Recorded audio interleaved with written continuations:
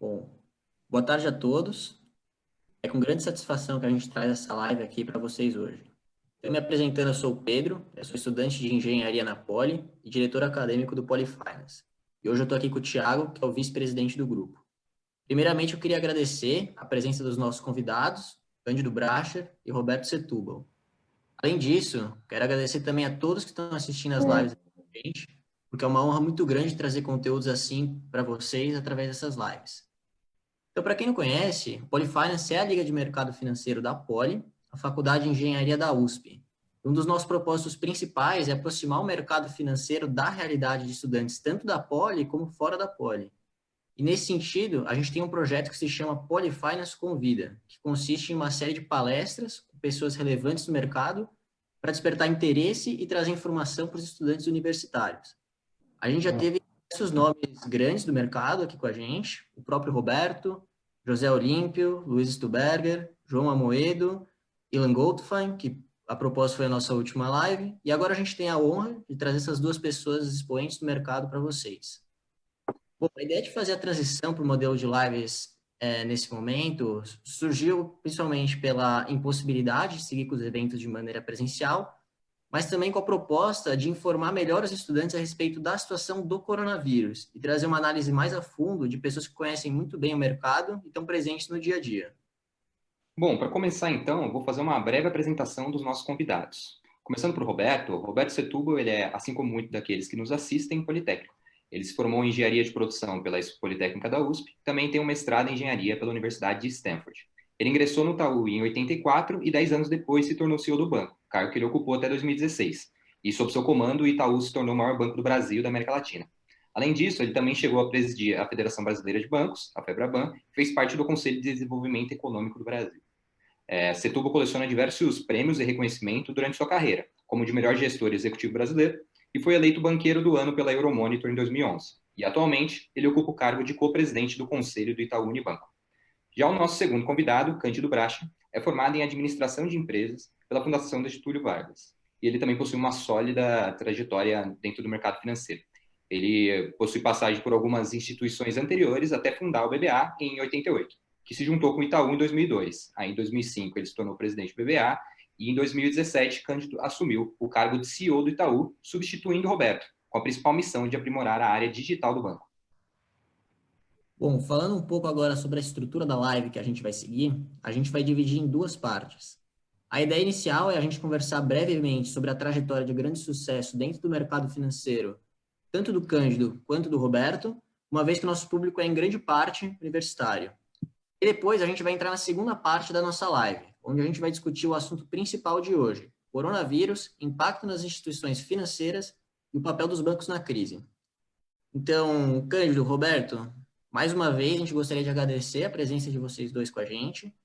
E a gente gostaria que vocês começassem falando um pouco sobre a trajetória dos dois no mercado financeiro. Então, se quiser o Cândido começar, depois o Isso, Roberto. vai lá, Cândido. Bem, eu sempre soube que eu ia trabalhar no mercado financeiro. Me formei na GV, eu tinha estudado Ciências Sociais também, quase até o fim. Fui para a Europa, onde trabalhei na Suíça em banco já, fazendo estágio, depois no hedge fund na França.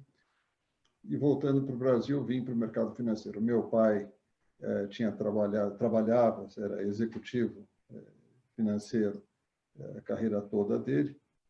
Isso, para mim, sempre foi uma coisa natural.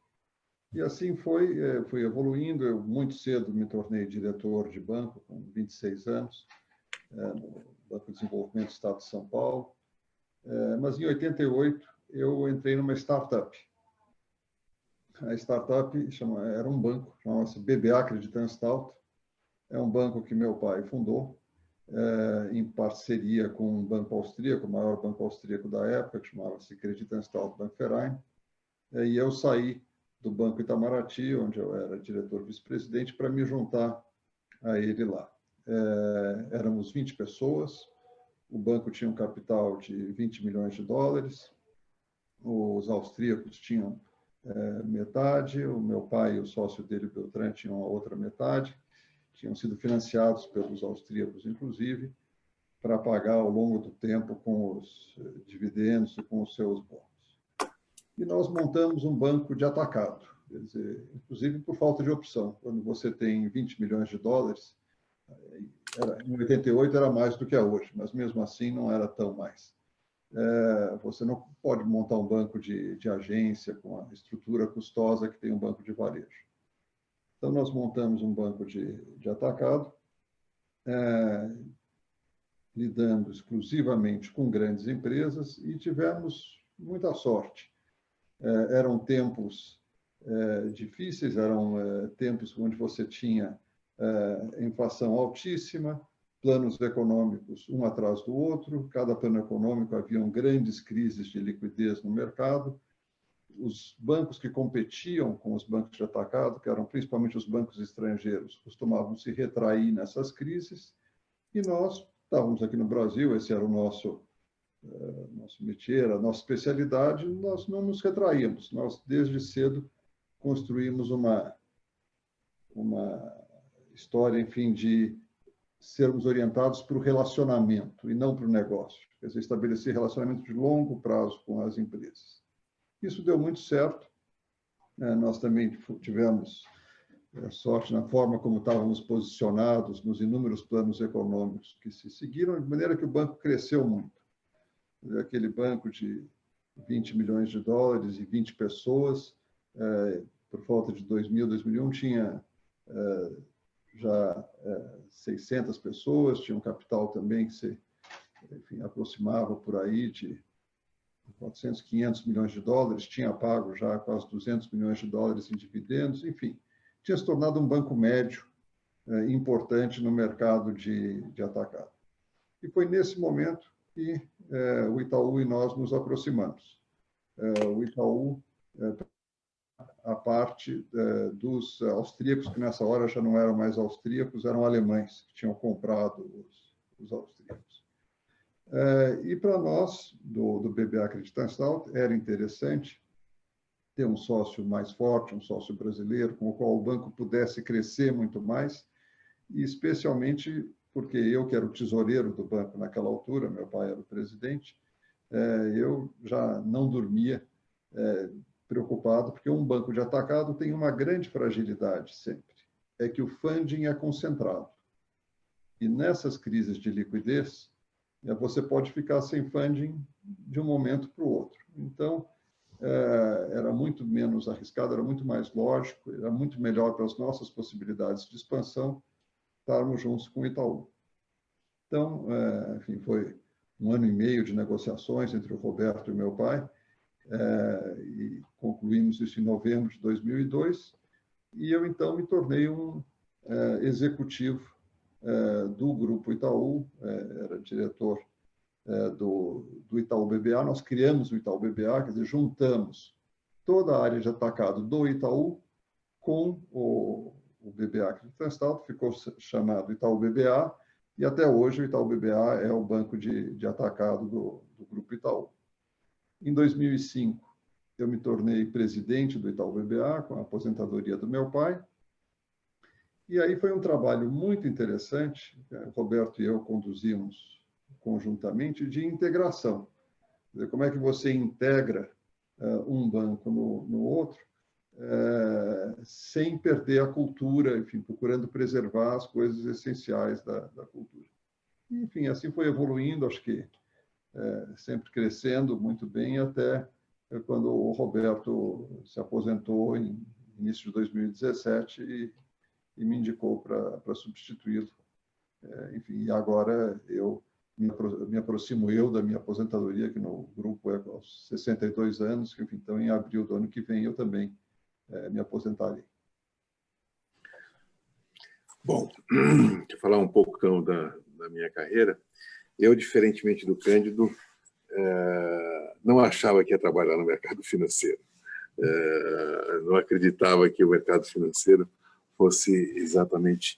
Eu era engenheiro formado pela Poli, fiz mestrado em engenharia industrial e tinha uma expectativa de seguir uma carreira industrial. Quando eu me formei, a indústria brasileira era muito mais forte, era muito mais competitiva, via-se um futuro nela importante.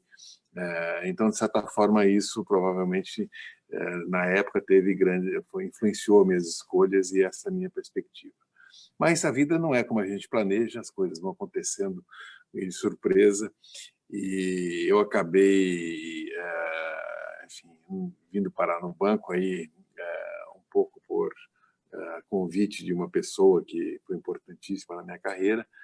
Eu estava numa área de engenharia e ele falou para mim vir para o banco, ele me convidou para trabalhar com ele no banco porque ele achava que eu tinha, enfim, ele precisava de um engenheiro próximo dele por uma série de razões. Mas o fato é que eu fiz carreira no banco, passei por várias áreas do banco, inicialmente numa área muito de infraestrutura do banco, por ali que eu entrei como engenheiro. Dali fui para a área de finanças, contabilidade, enfim, tudo isso, que eu também tinha uma formação disso, até tendo feito produção na Poli, e me dei muito bem ali também, e dali fui me movendo para áreas de negócios, e onde eu tive também uma belíssima perspectiva. E é importante lembrar que o banco, naquela época, era muito pouco desenvolvido. Como eu falei, o Brasil tinha, naquele instante, tinha uma vocação até mais industrial do que financeira, de bancos fortes. Os bancos eram muito pulverizados, eram relativamente fracos. O Banco do Brasil era muito maior que todos os demais bancos. Mas, enfim, a inflação foi ficando muito alta e aí sim, vamos dizer assim, na época, a tecnologia da época, na condição da época de fazer as transações, movimentar o dinheiro rapidamente, disponibilizar, dar informação para o cliente da movimentação do dinheiro foi muito importante. E isso foi uma coisa que eu foquei muito no Itaú, e a gente se especializou muito nisso e conseguiu, vamos dizer assim, muito sucesso com isso. E quando eu me tornei presidente do banco, nós estamos assim no final do processo inflacionário, e o banco, só para vocês terem uma ideia do que era a inflação no Brasil, a inflação chegou a ser o juro chegou a ser 3% ao dia. Deixa eu repetir, 3% ao dia. Então, qualquer dinheiro que parasse no banco um dia já rendia 3%. Então, toda a infraestrutura de pagamentos que foi desenvolvida na época no Brasil foi um negócio espetacular, muito melhor que todo mundo, em qualquer lugar do mundo. Tá? E ainda é muito boa comparada com qualquer lugar do mundo. E os bancos se fortaleceram muito nesse período, a gente conseguiu realmente fazer esse trabalho de proteger, ajudar os clientes a não se perderem na inflação. E eu tive uma carreira que, como eu falei, fui indo para a área de negócio, especialmente para a área de agência. Eu fiquei tomando conta de agência uma boa parte da minha carreira e conheço bastante bem como é que funcionava o banco naquela época, os clientes, a relação com os clientes, como é que nós montamos o nosso modelo de negócios, como é que nós fomos ganhando eficiência. E o banco foi crescendo e aí chegou num certo momento, quando eu me tornei presidente do banco, coincidiu com a mudança grande que foi o final da inflação. Me tornei presidente do banco em 94, que foi exatamente o ano do Plano Real, que acabou a inflação no Brasil e que se tornou um grande desafio, porque os bancos naquela época viviam muito dependentes do juro alto, da inflação, do dinheiro que passava pelo banco e, como eu falei, deixava lá 2 dias o dinheiro parado no banco, já rendia muito. Então foi um desafio muito grande a gente transformar o banco.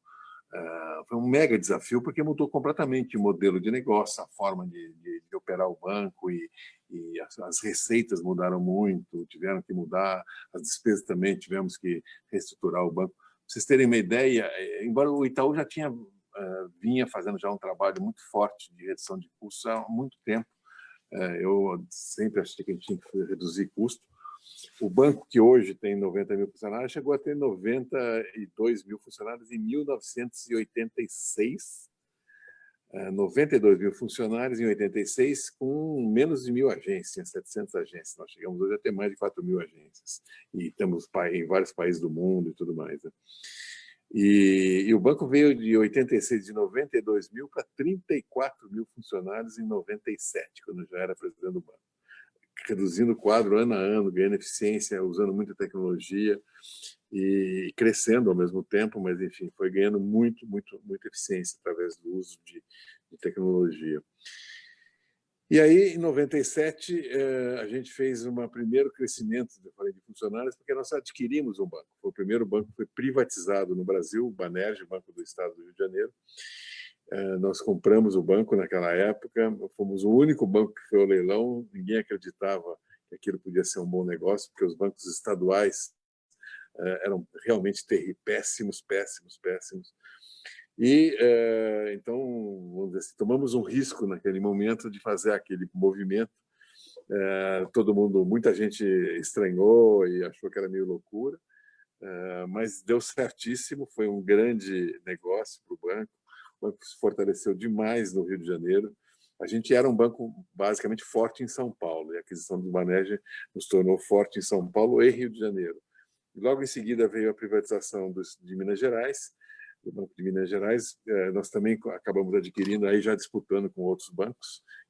Todos os bancos foram ao leilão, porque viram que era possível você pegar um banco estadual com funcionários com estabilidade, salários diferentes, enfim, todas as complexidades que tinha, e transformar, incorporá-lo dentro de um banco privado, enfim, e isso deu muito interesse, muita gente para participar do leilão. Mas nós acabamos ganhando esse leilão e, portanto, ficamos com o banco também em Minas Gerais e fortalecendo muito o banco nos 3 principais estados do Brasil, né? São Paulo, Minas e principais do ponto de vista econômico, Minas e Rio de Janeiro. E isso mudou totalmente o perfil do Itaú, e isso foi durante a minha gestão. E aí nós passamos a disputar muito mais próximo do Bradesco e passamos a ter resultados maiores desde então. Desde que a gente comprou esses bancos, a gente já tem sempre teve resultados maiores que o Bradesco e somos maiores que o Bradesco já de um bom tempo para cá. Então foi assim, esta oportunidade dos bancos privatizados foi um momento importante na minha vida, porque eu defendi muito a compra do Banerj no conselho e tivemos sucesso, e isso realmente deu um grande desenvolvimento ao banco.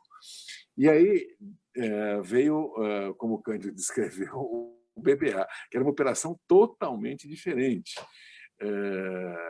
E foi também uma operação que a gente teve bastante sucesso na integração desde o início, como o Cândido descreveu, não vou entrar nos detalhes, mas muita gente, a maioria das pessoas não acreditava que era possível a gente fazer aquilo, incorporar um banco de atacado com grande expertise, muito profissionalismo, com uma cultura bem diferente naquele momento, que a gente poderia ter uma convivência boa, que seria realmente bom para todos. Mas o fato é que a gente acabou conseguindo, mas eu lembro que conseguimos por uma razão muito importante. Tá? Ele mencionou que a gente juntou a operação de atacado do Itaú com o BBA e juntamos sob a gestão deles, no caso era o Fernão Bracher, que era o presidente do BBA, ele se tornou o presidente do Itaú BBA, que incorporava o Itaú também. Né? Eu lembro, quando eu anunciei isso e fui explicar para os meus diretores do Itaú na época, e eles falaram, então a estrutura vai ser essa, o presidente vai ter o Itaú BBA, a gente vai juntar as 2 operações de atacado num banco subsidiário e tal, e a gente vai juntar tudo isso, e o presidente desse banco vai ser o Fernão Bracher. Né? E aí ficou todo mundo me olhando assim, muito desconfiado. Né? E a primeira pergunta que veio foi, escuta, nós compramos o banco e eles é que vão administrar, né? E eu falei assim, não é mais eles, agora somos nós, porque eles fazem parte de nós. E eu acho que isso foi a razão do sucesso, foi exatamente manter a cultura, a orientação, a forma de fazer negócios que o Cândido descreveu, que vinha do BBA, que tinha muito sucesso, e isso tornou, de fato, o Itaú BBA um banco que somou as competências que tinha o BBA de um banco de grande agilidade, grande especialização no atacado, com as especializações do Itaú. Enfim, minha carreira seguiu, o Itaú já era o maior banco, o banco mais destacado no Brasil, e se tornou, de fato, maior em tamanho, já tinha mais resultados quando a gente somou o Unibanco, a gente fez uma fusão com o Unibanco em 2008, também complexa pelo tamanho dos 2 bancos, e a gente conseguiu também fazer uma bela integração, e aí o Itaú teve um grande destaque, enfim. E isso foi um trabalho de 3, 4 anos, essa integração, e onde eu já estava no final do meu período como presidente do banco. E aí eu tive o prazer de, no final da minha carreira, poder passar o bastão para o Cândido, que enfim, é um executivo de grandes qualidades, se provou muito competente ao longo da carreira, nas várias áreas que ele passou, e, além de tudo, uma grande figura humana, um homem realmente, uma pessoa espetacular, totalmente confiável, com grande qualidade como pessoa humana. Então, foi realmente um grande prazer trabalhar com ele nesse período. E hoje, aí, falando um pouco do Cândido, já entrando um pouco no momento de hoje que nós estamos vivendo, eu acho que o Cândido teve um papel espetacular na condução do Itaú agora durante esse período do coronavírus. Acho que o banco se destacou mais uma vez, conseguiu se posicionar muito bem, tanto com os funcionários. Nós estamos com um nível de satisfação dos funcionários espetacular, porque acreditam no que o banco está fazendo, a forma como nós conduzimos, as mudanças que foram implementadas, tiveram que ser implementadas, e o Cândido conduziu muito bem, e hoje o banco está aí com grande destaque. Obrigado, Roberto. Opa, perdão. Pode falar. Não, só agradecer o Roberto. Opa. Você sabe, o negócio de banco, banco é um trabalho com gente. Quer dizer, acho que se você perguntar para o Roberto o que fez o êxito da carreira dele, para mim, o que faz, é você aprender com as pessoas que você trabalha e ser capaz de trabalhar com pessoas diferentes de você, que pensem diferentemente de você, que te complementem, que sejam mais competentes em outras coisas. É você ser capaz de motivar as pessoas. Se você pode ser um técnico impecável, se você não tiver capacidade de se integrar e de integrar equipes, não escolha essa carreira do mercado financeiro, porque Perfeito. É imprescindível ter histórias. E, enfim, quando a gente topa, então, nesse caminho com pessoas, enfim, com quem a gente realmente se enriquece, com quem a gente realmente troca, isso torna o trabalho, além de tudo, enfim, é por isso que o trabalho é gostoso, quer dizer, que o trabalho é bom. Enfim, acho que a gente está encerrando a carreira com grande prazer.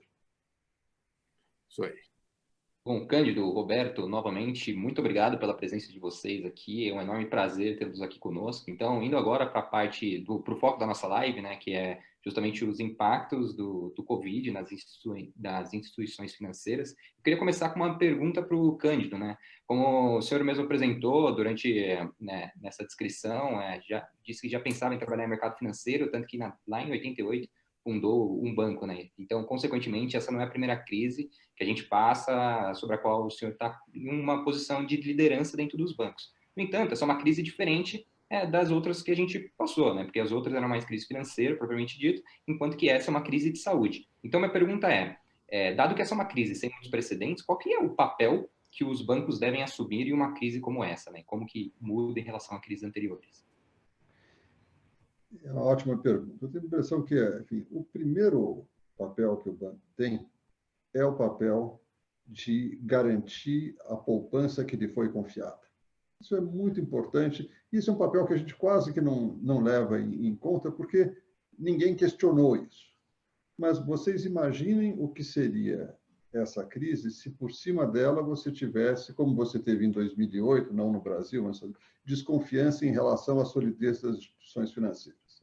Então, a primeira coisa que você faz é garantir que você tenha liquidez, que você tenha capital, que você esteja adequadamente provisionado, e isso você não faz para a crise. Isso você faz a vida toda. Quer dizer, é o trabalho de todo dia. Quer dizer, garantir uma gestão de risco. O banco é essencialmente gestão de risco. Você tem uma gestão de risco que te permita enfrentar esses momentos. E depois, você, se garantida essa função, você se aparelha para desempenhar a sua função essencial, que é ajudar os seus clientes, que é servir aos seus clientes. E você serve aos seus clientes, nesse momento, basicamente, viabilizando que eles administrem os seus passivos, quer dizer, viabilizando, dando liquidez para os passivos deles, permitindo rolagem, e, na medida do possível, enfim, alongando isso depois para que eles possam lidar com uma situação de parada súbita de atividade, que era uma coisa completamente inesperada, e possam se recuperar depois. O caminho para fazer isso, foi isso que o Roberto mencionou, é muito importante você cuidar das suas pessoas. Quer dizer, de novo, banco é gente, você precisa cuidar das pessoas. Então, foi muito importante, primeiro, a gente ter uma percepção rápida de que a crise era muito séria. Acho que a gente foi bem nisso. A gente viu, e nós mudamos toda a rotina do banco. O banco tem uma grade de reuniões, nós acabamos com a grade de reuniões do banco no dia 16 de março. Todas as reuniões de rotina estão suspensas. Nós temos agora essa reunião aqui diária de 2 horas, onde você tem um checklist, que é como checklist de cabeceira de pista de avião, como é que estão, principalmente olhando aspectos de risco e aspectos de atendimento a clientes. Vamos fazer isso todo dia e delega as demais atividades para a ponta. E, na parte de pessoas, você assegura às pessoas uma tranquilidade para que elas possam trabalhar. Então, quer dizer, nós tivemos a sorte que a crise começou antes fora do Brasil, então a nossa área de tecnologia já se preparou para o home office. Quer dizer, nós, na primeira semana, já tínhamos 30 mil pessoas em home office, hoje nós temos 53 mil pessoas em home office e com um nível de disponibilidade tecnológica que é recorde, quer dizer, que nós nunca tivemos. Você faz isso, quer dizer, para preservar a saúde das pessoas. Também para preservar a saúde das pessoas, isso é uma coisa que gostaram muito, nós perguntamos para os funcionários, quem de vocês se considera grupo de risco? Porque tem mais de 60 anos, porque é hipertenso, porque é diabético. Aqueles que disseram que se consideravam grupo de risco, ou foram para home office, ou se a função deles não se adaptava a home office, foram colocados em licença ou em férias. Nós os protegemos. Antecipamos 13º, enfim, você cuida das pessoas, comunica intensamente, todos os dias, comunicação para os funcionários, e isso deixou, eu acho que a nossa equipe muito motivada e com um sentido de propósito. Isso é uma coisa interessante, quer dizer, a crise realça o sentido de propósito. Quer dizer, na crise, os funcionários percebem mais claramente, mais fortemente, qual é o papel de um banco, porque os clientes estão muito mais necessitados do banco. Você percebe que você tem... Então, isso faz com que eles trabalhem, nós trabalhemos muito mais motivados, animados por esse propósito. Então, eu acho que, enfim, passada o primeiro impacto da crise, eu acho que nós tivemos o fim do começo da crise, quer dizer, o impacto está absorvido, a gente já está numa situação de normalidade dentro da crise. O papel dos bancos agora é procurar auxiliar pessoas físicas e empresas a se reestruturarem financeiramente. Esse é o papel, que é um papel, enfim, difícil de desempenhar em alguma parte, mas é o papel que nos cabe e que a gente precisa fazer da melhor maneira possível. Muito bem. Acho que nada a completar. Beleza. Então, vamos partir para a segunda pergunta aqui. Agora para o Roberto. Bom, Roberto, a gente viu o governo sendo bastante proativo nesse momento. Ele criou linhas de financiamento, de folha de pagamento, fundo garantidor de crédito, por exemplo. No entanto, a gente está vendo muitas pequenas e médias empresas afirmando que estão com dificuldade no acesso a essas linhas de crédito. E a pergunta que a gente tem é por que isso ocorre? Falta capilaridade na distribuição? E, nesse sentido, falta algo que o governo brasileiro poderia estar fazendo? Bom, essa é uma pergunta bem complexa, bem... não é simples a resposta, o Cândido pode completar, acho que ele vai completar. Mas, primeiro, interessante, essas linhas que o governo primeiro colocou à disposição, elas tinham as leis que aprovaram e as resoluções que aprovaram a disponibilidade dessas linhas, elas tinham várias exigências que de cara tiraram várias empresas da possibilidade de serem atendidas. Tá? E as exigências eram, por exemplo, uma muito importante que acabou sendo retirada depois, era, por exemplo, a empresa tinha que estar em dia no INSS.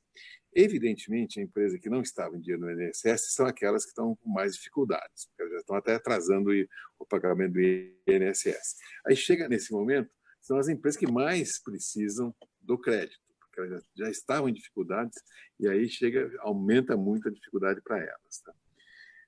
E elas exatamente são aquelas que não estão sendo atendidas nessas circunstâncias pelas exigências que são colocadas. Então, isso tornou, vamos dizer assim, e as empresas que são atendidas não são aquelas que reclamam quem não está sendo atendido. Tá? Então, apareceu muita reclamação de gente que, de fato, não vinha sendo atendida. Mas, de qualquer forma, é interessante observar que, mesmo nessas linhas, clientes que nós aprovamos o crédito, a linha estava disponível, nós ligamos para todos os clientes que tinham linha disponível, apenas menos da metade escolheu tomar a linha, tá? Preferiu não tomar a linha. Porque primeiro porque às vezes o cara não quer dever, não precisa, prefiro não dever nada, não estou precisando, então não tomou nada.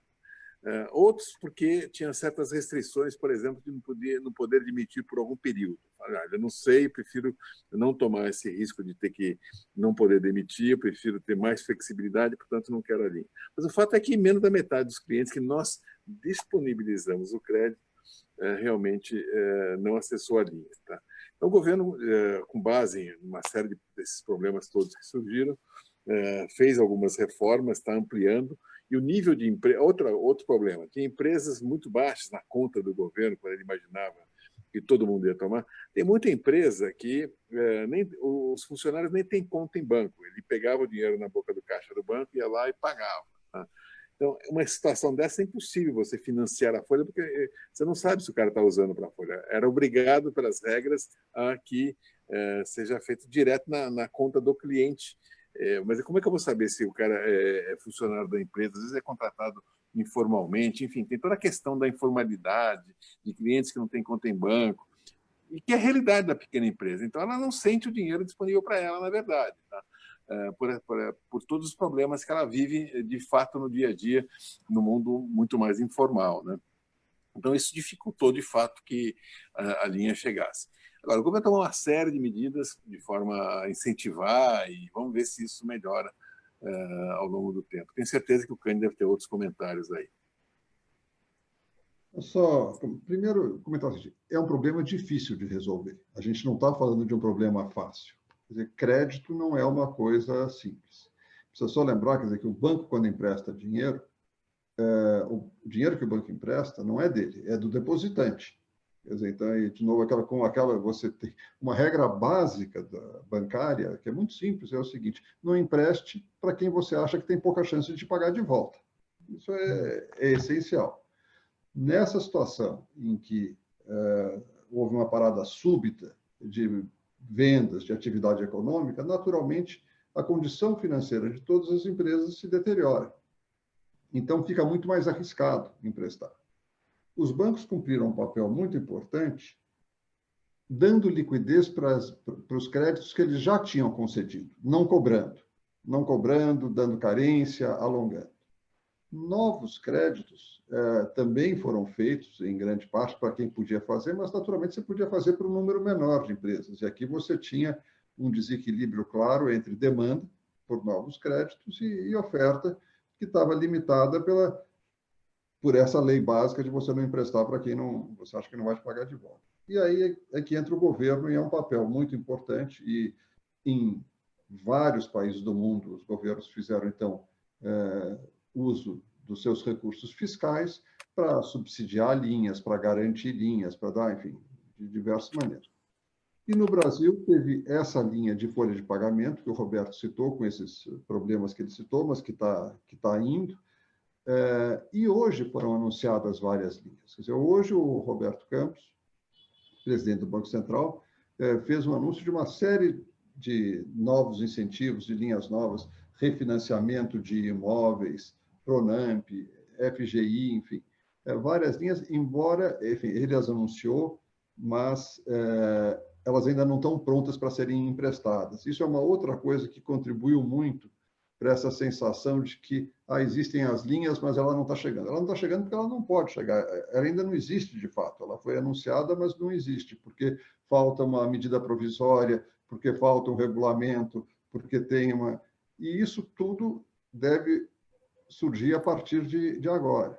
E é engraçado, é sintomático que um dos slides da apresentação do presidente do Banco Central hoje, que é uma apresentação pública, é um slide onde ele mostra, nos diversos países, o quanto foi anunciado e o quanto do que foi anunciado foi implementado, mostrando que, normalmente, uma pequena parte do que foi anunciado foi implementado, porque a burocracia tem o seu ritmo natural. Então, eu acho que agora, enfim, em se efetivando essas linhas novas, a gente vai poder conceder muito mais crédito. Sempre será menos do que a demanda nessa circunstância de crise. Então, enfim, nós temos que saber aquela história, né? Enfim, felicidade é igual à realidade menos a expectativa. Como a expectativa está em descompasso com a realidade, há essa sensação de infelicidade que o dinheiro não chega à ponta e, enfim, é uma limitação do modelo. Deixa eu só complementar uma coisinha, acho que é super importante o que o Cândido falou, eu queria explorar um pouquinho mais, né? O banco empresta o dinheiro do depositante, não existe o dinheiro do banco, tá? Então a gente empresta o dinheiro de quem deposita os recursos no banco. Portanto, para mim, pagar o depositante, dar a liquidez que o depositante quer, de poder sacar o dinheiro dele, que ele depositou no banco a hora que ele quer, eu preciso ter liquidez nos meus... Eu pego aquele dinheiro e empresto, eu preciso receber de volta para poder pagar ele. Senão, se eu não recebo de volta, isso complica muito, né? Então, toda essa administração é muito complicada, de liquidez e de crédito. Então, eu dou crédito para quem vai pagar de volta, evidentemente. Tá? Tem que pagar de volta para mim poder pagar o depositante. E eu dou crédito para quem vai pagar de volta, e, evidentemente, numa situação em que a economia toda reduz o seu ritmo, as empresas faturam menos, têm menos cash flow, funcionários perdem seu emprego, pessoas perdem emprego, a quantidade de, vamos dizer assim, redução de crédito é proporcional a isso. Se há uma redução da atividade econômica, a capacidade de uma empresa de servir e pagar um empréstimo diminui também, diminui o fluxo de caixa dela, ela diminui a capacidade dela de pagar um empréstimo. Então, vamos pegar assim, um exemplo bem óbvio, uma empresa aérea, ela está com muito mais dificuldade agora de pagar os seus compromissos já existentes, quanto mais novos compromissos, e ela está, evidentemente, muito necessitada de fundamento. E assim como essa atividade que reduziu muito as suas receitas, várias outras atividades, restaurantes, enfim, infinidade, vocês podem imaginar, também reduzida. E aí cabe ao banco esse papel difícil e chato de falar, olha, não te dou crédito porque você não tem capacidade de me pagar de volta. Tá? Então, essa questão é uma questão, como o Cândido falou, insuperável. Tá? Se há uma redução da atividade econômica, é natural que haja uma redução mais ou menos proporcional para muitas empresas que deixarão de ter crédito. Por outro lado, ainda assim, mesmo diante dessa circunstância toda de redução de atividade econômica que nós estamos assistindo, portanto, de redução da capacidade de pagamento das empresas, ainda assim, o banco teve uma expansão enorme do crédito para a pequena empresa. Tá? Nós crescemos mais de 30% em relação ao ano passado no crédito para a pequena empresa. Então, os volumes concedidos, para quem a gente achou que tem capacidade de pagar de volta, foram muito grandes. Tá? Então, tem, de fato, esse descompasso de percepção de muita gente que não foi atendida por várias razões, mas o fato é que os bancos aumentaram muito o crédito para a pequena empresa. Bom, seguindo um pouco na linha de crédito ainda falando, eu queria perguntar, começando para o Cândido, né? Eu queria entender quais são os impactos e o que você enxerga dessas medidas que o governo vem tomando de tentar promover liquidez, né? Então, com a injeção recorrente de capital para tentar promover liquidez, como forma de mitigar os danos econômicos dessa pandemia. Quais são os impactos que isso gera no médio e longo prazo e como você avalia isso, né? Olha, essas medidas são acertadíssimas, de uma maneira geral. Enfim, no momento da crise, é o momento de você usar os recursos fiscais para auxiliar a travessia da crise. Então, é natural que nesse ano a gente tenha um grande déficit público e que o importante é que esses recursos sejam usados de fato para viabilizar uma retomada depois.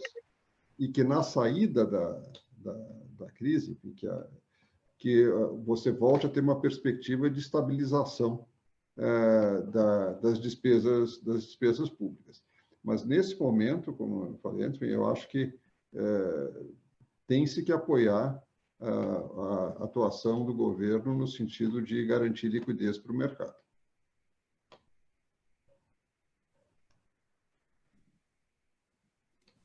Acho que nada para completar, eu acho que concordo plenamente, foram super importantes, e essas sim tiveram bastante sucesso, e a liquidez hoje no sistema financeiro em geral é bastante ampla. Bom, partindo agora para a gente tem essa primeira parte da crise, que é a absorção do choque. Seguindo essa parte de absorção do choque que a gente teve, o que vocês consideram crucial para uma posterior recuperação saudável da economia? Bom, deixa eu começar aqui, o Cândido vai certamente complementar. Eu acho que a economia infelizmente, vai retomar devagar. Tá? Não acho que nós vamos ter uma retomada muito rápida. Acho que as restrições até que vamos dizer assim, a vida volte de certa forma ao normal, ao novo normal que seja, ainda vai ser um processo bastante lento, tá? Então eu vejo a gente começando a melhorar a atividade econômica, e a gente vê isso, por exemplo, os gastos no cartão de crédito, por exemplo, que chegou a cair mais do que quase 40% no momento bem inicial, assim, hoje já recuperou uma boa parte. A queda em relação ao período anterior está da ordem de uns 15% a 20% agora, e reduzindo lentamente, tá? Então, eu acho que até voltar ao normal ainda vai demorar algum tempo, tá? Eu acho que várias medidas do Banco Central foram super importantes aí para os bancos, facilitar a vida dos bancos no atendimento do crédito das empresas, dos seus clientes, tanto em novos créditos como também na rolagem ou renegociação daquelas dívidas que ficaram muito complicadas de serem, vamos dizer, cumpridas nos prazos anteriores. Então, houve uma extensão muito grande do prazo, com períodos de carência. E eu acho que isso vai ser muito importante, tá?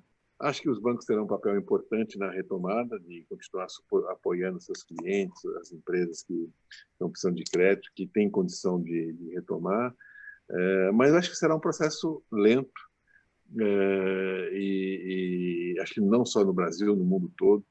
Eu acho que, vamos dizer assim, a gente vai ter o ano que vem provavelmente um ano de recuperação melhor, esse ano talvez uma queda de PIB aí de 4%, 5%, 6%, algo por aí, vamos dizer 5%.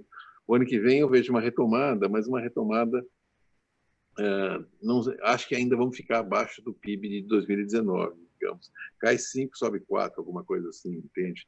Então, por várias razões, acho que a gente ainda vai assistir porque vários setores ainda não vão estar a plena carga, por razões diferentes, como eu falei, por exemplo, aviação, ou hotelaria, ou restaurante, enfim, é uma parte do PIB que não vai recuperar como tudo, tá? Então, eu vejo a recuperação lenta. Eu acho que o governo está muito atento, procurando dar apoio de uma forma geral, financeiro, monetário, mas também não dá para esperar milagre do governo, tá? Eu acho que o governo tem também uma capacidade relativamente limitada disso.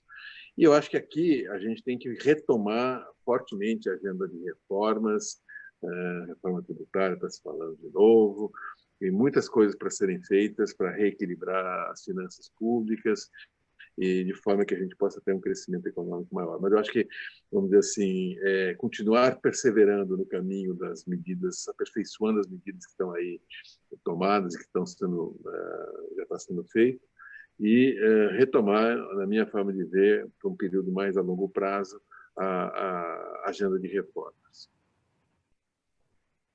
Eu concordo totalmente com o que o Roberto falou. A única coisa que eu acrescentaria é que o elemento fundamental para que possa haver crescimento sustentado, passado o início da crise, é que a taxa de juros permaneça baixa. Nós estamos com a taxa de juros mais baixa que nós já tivemos. Nós estávamos com a taxa de juros mais baixa que nós já tivemos quando a crise surgiu, e isso foi fundamental para que a gente não tenha sido devastado no primeiro momento. Se essa crise atingisse o Brasil com aquela taxa de 14% ao ano que a gente tinha, game over. Quer dizer, não, do jeito que que tá, enfim, vai ser muito importante manter a taxa de juros baixa na saída. E manter a taxa de juros baixa não é uma questão apenas de vontade do Copom ir lá e decidir que a taxa de juros é 2,25 ou é menos que isso. É uma questão de você ter uma perspectiva de estabilização da relação dívida pública sobre PIB, para gerar confiança nas pessoas. Você não pode permitir que a inflação volte, você não pode permitir desconfiança em relação à solvabilidade da dívida pública. Então, por isso é que as reformas, como o Roberto disse, vão ser tão importantes. Reforma administrativa, reforma tributária, enfim, reformas que deem um horizonte, no horizonte uma perspectiva de que a relação dívida pública sobre PIB para de crescer. Bom, sem dúvidas, essa crise gerou diversas consequências que vão continuar com a gente, mesmo depois que a gente passar por esse processo todo, né? O Cândido chegou a citar no começo da nossa live a questão de home office que o Itaú adotou, e além disso também o que a gente viu foi um outro ponto que foi impactado foi na questão de digitalização dos meios de pagamentos, né? A gente viu que teve uma aceleração dessa digitalização dos meios de pagamento. Inclusive, semana passada, né, o WhatsApp chegou a anunciar a entrada dele como plataforma de pagamento aqui no Brasil. Então, seguindo essa linha, o que eu queria perguntar para vocês é como vocês veem essa disputa de banking e pagamentos a partir de agora, dado que houve uma aceleração da digitalização dos pagamentos, né? Começa você lá, Cândido. Olha, sem dúvida houve essa aceleração da digitalização, quer dizer, a crise foi um catalisador, quer dizer, nós tivemos um aumento do uso de digitais, de uso de clientes exclusivamente digitais de 15%, o que é bastante. Queria apenas fazer uma observação que, ao mesmo tempo que houve isso, não vamos nos esquecer que nós assistimos a pessoas que não vão se digitalizar nunca. Quer dizer, alguém que nessa crise preferiu enfrentar a fila numa agência bancária, correndo o risco de contaminação para fazer uma transação que poderia fazer digitalmente, é porque realmente tem uma dificuldade intransponível de se digitalizar. Então, nós precisamos saber que nós vamos ter uma parcela razoável da nossa população e dos nossos clientes que continuarão analógicos, certo? Por muito tempo. Mas a questão dos meios de pagamento, eu acho que, sem dúvida, enfim, isso é uma tendência que já vinha e que tem uma aceleração grande agora. O grande desafio aqui para uma instituição como o Itaú Unibanco é como é que você consegue se digitalizar uma gama ampla de produtos, quer dizer, nós atendemos os nossos clientes com uma gama muito ampla de produtos, tendo concorrentes digitais individualizados em cada um desses. Então, a nossa evolução tecnológica é mais trabalhosa nesse sentido, também em função dos sistemas legados. Agora, é muito mais poderosa se você conseguir, de fato, manter os seus produtos com a qualidade igual ou melhor que a dos seus concorrentes, porque você tem esse poder de atração, de atender de uma maneira tão ampla aos seus clientes. E aqui nós temos uma orientação clara, que é buscar sempre maximizar a satisfação do cliente. E nós vamos adotar as ferramentas disponíveis no mercado que sejam aquelas que melhor atendem às necessidades dos nossos clientes. Não vamos fazer tudo em casa. Quer dizer, então, haverá ferramentas de mercado que nós vamos utilizar. Nós, por exemplo, já há 4 anos, oferecemos fundos de terceiros, oferecemos produtos de terceiros nos nossos canais. Enfim, não há por que não usar ferramentas de terceiros também, dentro desse processo de digitalização que eu acho que é inexorável e que vai se acelerar.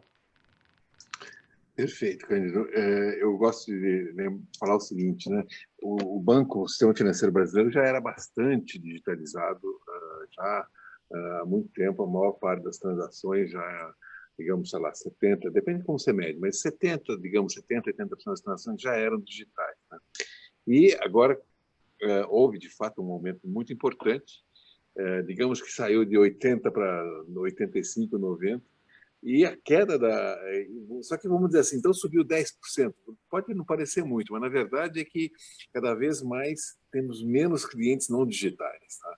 Ele mencionou que houve uma... Quem não se tornou digital agora provavelmente não vai se tornar mais, mas eu vi algumas estatísticas que mostram que a presença dos clientes, as transações feitas em agências caiu pela metade.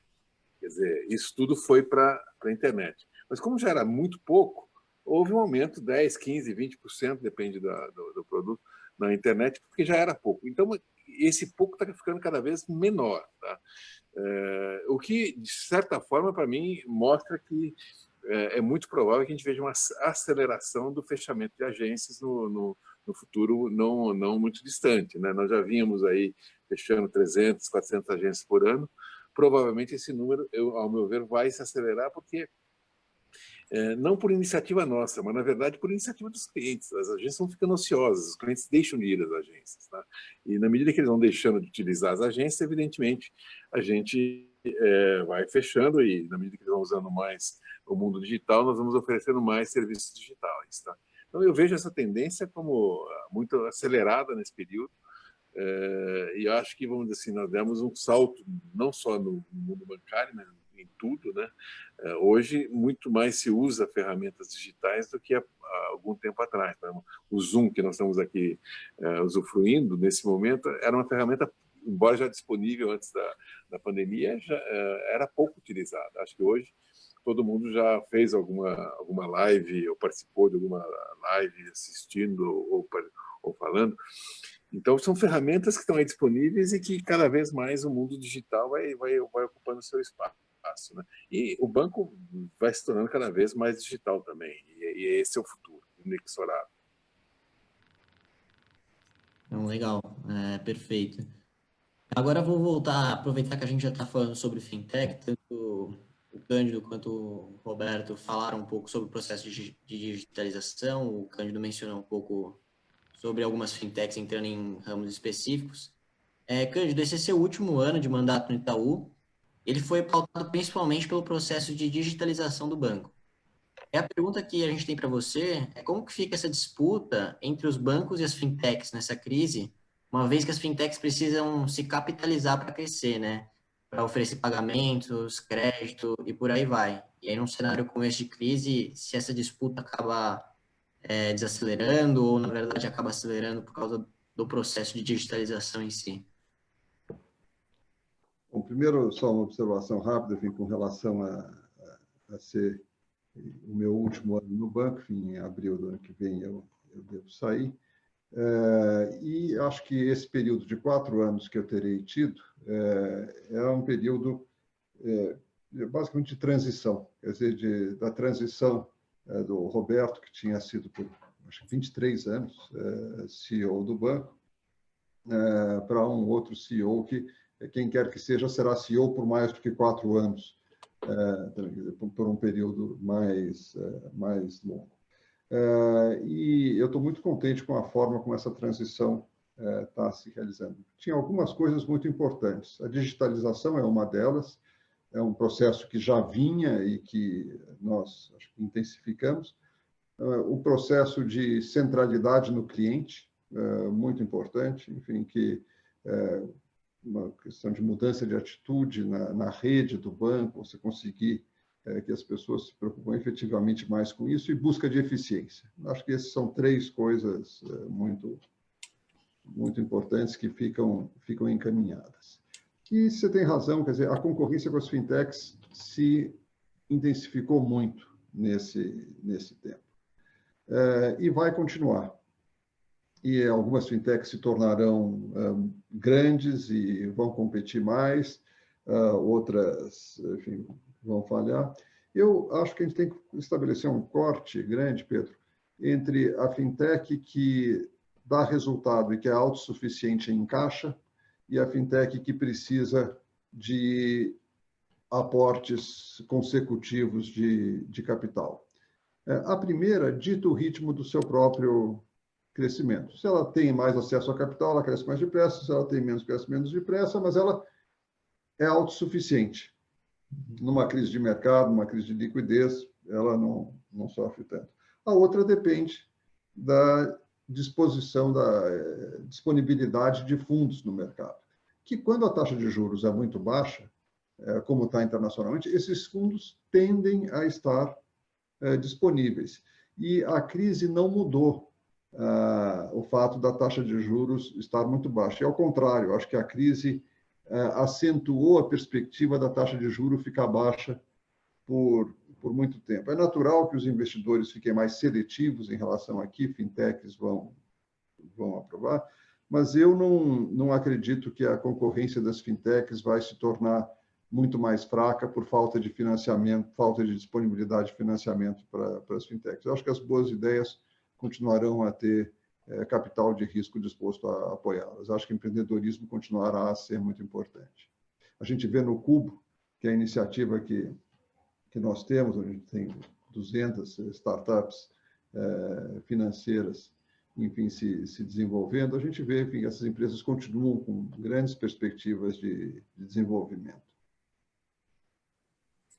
Eu concordo totalmente, eu acho que as fintechs vão continuar aí. Eu acho que o mercado financeiro é um mundo extremamente dinâmico, extremamente competitivo e com muita inovação permanentemente, quer seja de produtos e de novos players, de novas formas de fazer o negócio. O Cândido mencionou que ele começou uma startup lá, que era o BBA, era um banco novo naquele momento que surgia, competindo com os Itaús daquela época lá, que o Itaú já era um deles. Mas, enfim, então, esse dinamismo ele é permanente, tá? E vai continuar existindo na medida que muitas pessoas vão buscando oportunidades de prestar serviços financeiros de uma forma melhor, que os bancos não têm muita agilidade, às vezes, para fazer isso. Eu tenho dito que o Itaú é uma empresa fantástica, com uma base de clientes extraordinária, uma imagem, uma base de capital, enfim, produtos em ordem, muito confiável, com grande presença no mercado, uma imagem excelente. Só tem um problema. A nossa fábrica tem 50 anos. Quando eu falo fábrica nossa, eu estou me referindo a forma como a gente fabrica e presta os serviços, os produtos nossos, que são os serviços financeiros, né? E esse fato, vamos dizer assim, nos torna, embora tenha todas essas coisas que eu mencionei positivas, o fato de a gente ter uma fábrica de 50 anos, em muitos momentos, em certas situações, a gente não consegue oferecer um produto tão bom quanto de um concorrente novo que chegou aqui, como uma empresa nova que chega, importou lá um tornos da China, umas coisas novas aí, e começou a fazer um produto, e eu não consigo dar, vamos dizer assim, o mesmo acabamento, e produzir as alterações na mesma velocidade que ele consegue, porque a minha fábrica tem 50 anos. Tá? Então, nós estamos num processo que o Cândido iniciou de reformulação dessa fábrica. Tá? E a gente já começou, eu diria assim, hoje estamos aí com 10 a 15% da fábrica já bastante modernizada, mas faltam aí só os 85%, que a gente acredita que, ao atingir cerca de 60%, 70%, eu estarei com uma fábrica extremamente moderna, o banco será extremamente competitivo com as fintechs, e isso deve se dar em um prazo de uns 2 ou 3 anos. Tá? Então, esse é o nosso plano de voo para a tecnologia. Bom, legal. A gente já está chegando uma hora de live aqui, né? A gente sabe que o tempo dos senhores é bastante apertado, então a gente não vai se prolongar muito, por isso que eu vou fazer agora a última pergunta, né? E mudando um pouco de assunto aqui. Não de assunto, mas mudando um pouco de tema. A gente viu que, bom, um dos pontos positivos que essa crise trouxe, né, foi justamente o aumento das questões de ações filantrópicas, né? Então, o que eu queria perguntar para ambos os senhores é como vocês veem o futuro de filantropia do Brasil, e se vocês acreditam que o capitalismo vai ter em vista mais o retorno social. Vai lá, Cândido. Olha, eu tenho um orgulho imenso de trabalhar num banco onde os controladores e o conselho tomaram a iniciativa e aprovaram uma contribuição de R$1 bilhão e a criação de um programa que foi o Todos pela Saúde, que foi não só o dinheiro que foi aplicado, ao todo o Itaú, né, e seus controladores estão dando 1,5 bilhão de recursos para a Covid, mas a forma como esses recursos são aplicados, quer dizer, acho que é a própria essência daquilo que o Itaú sempre busca, eficiência de gestão, profissionalismo e meritocracia. Quer dizer, então, a aplicação desses recursos foi delegada a um grupo de médicos liderados pelo Paulo Chapchap, que está fazendo um trabalho admirável.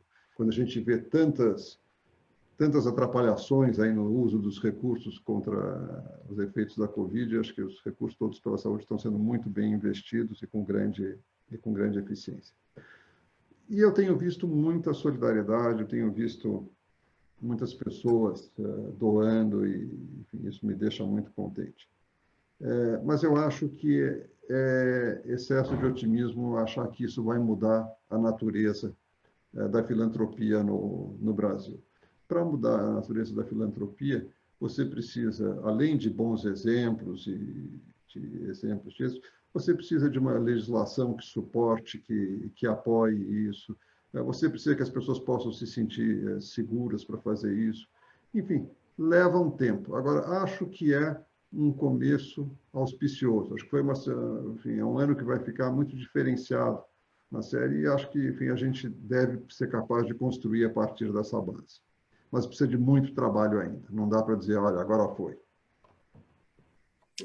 Acho que é bem por aí mesmo. Acho que a gente, quando nós começamos a discussão de fazer uma grande doação, a gente imaginou um número grande, acabamos chegando nesse 1 bilhão, um número muito relevante, sai, de certa forma, do bolso de todos os acionistas do banco, dos controladores e dos demais acionistas.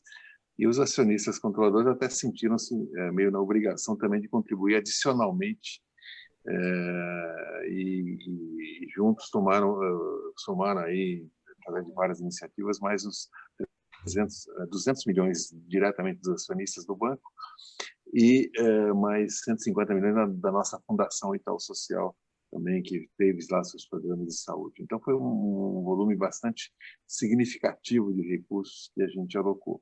E aí, eu acho que, voltando à tua pergunta, eu falo o seguinte, né? A gente sentiu uma repercussão enorme para o banco.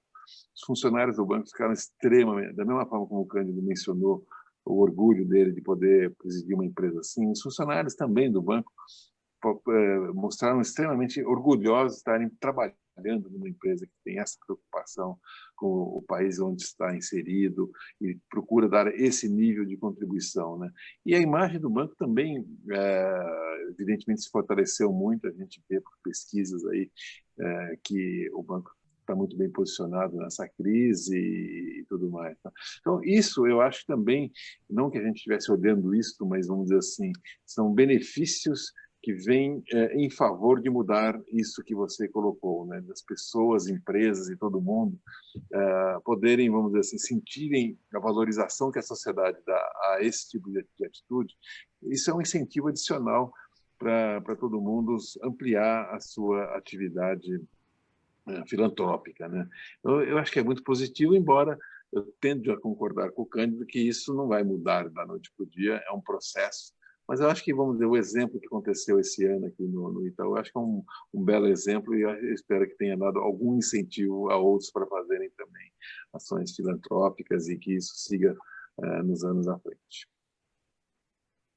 Bom, Cândido, Roberto, tenho certeza de que todo mundo que está assistindo a live está aproveitando bastante. A gente falou de temas muito importantes, tanto desde filantropia até creche, cenário macro. Então, eu queria aqui abrir para vocês dois, para vocês deixarem uma mensagem, cada um de uma vez, para o público que está assistindo vocês, que é majoritariamente universitário, alguma mensagem que vocês queiram deixar para eles. Vai lá, Cândido. A mensagem que eu deixaria é uma mensagem de encorajamento. Enfim, eu me formei em dezembro de 80. Fui para a Europa, voltei. Quando eu cheguei em 82, de volta no Brasil, tinha a crise da dívida externa, a inflação era de 1000%. Enfim, era o desemprego altíssimo, o desânimo no país era uma coisa incrível. Eu lembro que eu tive algumas oportunidades de então, trabalhar fora do Brasil. Nunca me passou pela cabeça trabalhar definitivamente fora do Brasil. Eu achava que teria grandes oportunidades aqui e eu acho que tive mesmo, e que, enfim, tive e continuo tendo a oportunidade de contribuir muito para o desenvolvimento do país.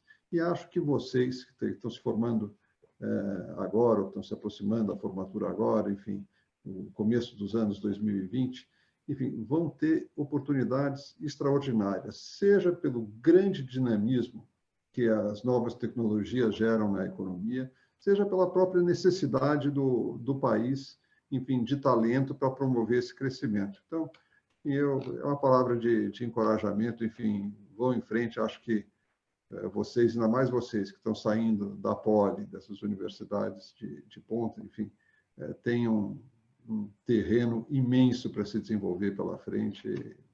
Eu vejo isso com grande entusiasmo. É legal, acho que eu concordo com tudo que o Cândido falou. Eu complementaria, talvez, com uma provocação para vocês que estão assistindo aí, vocês jovens universitários, é que eu acho que nós estamos vivendo um momento muito importante para o Brasil, talvez decisivo para o nosso futuro, para o futuro de vocês, para a vida que vocês vão viver.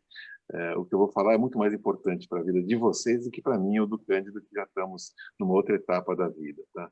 Eu acho que a gente está atravessando um período onde a participação de vocês, jovens, um período de democracia, onde a participação de vocês, jovens, é muito importante na construção do futuro do país. Tá?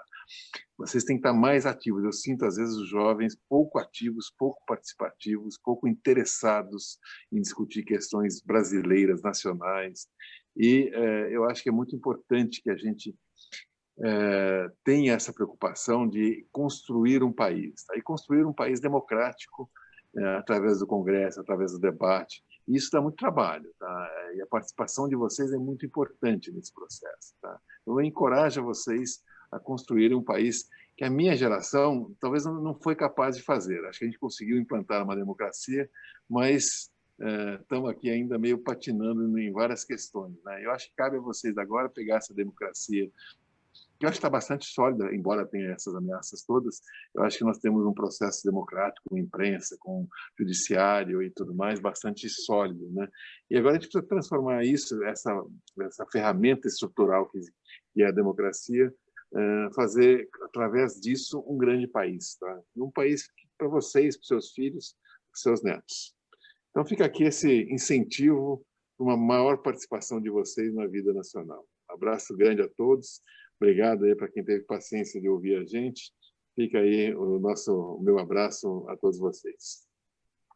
Cândido, Roberto, de novo, muito obrigado pela presença de vocês. A gente, em nome de todo o Polyfinance, eu agradeço pelo tempo, pela disponibilidade. Realmente foi uma aula de experiência compartilhada, foi muito aprendizado. Agradeço também todo mundo que assistiu, espero que tenham absorvido também e aproveitado bastante.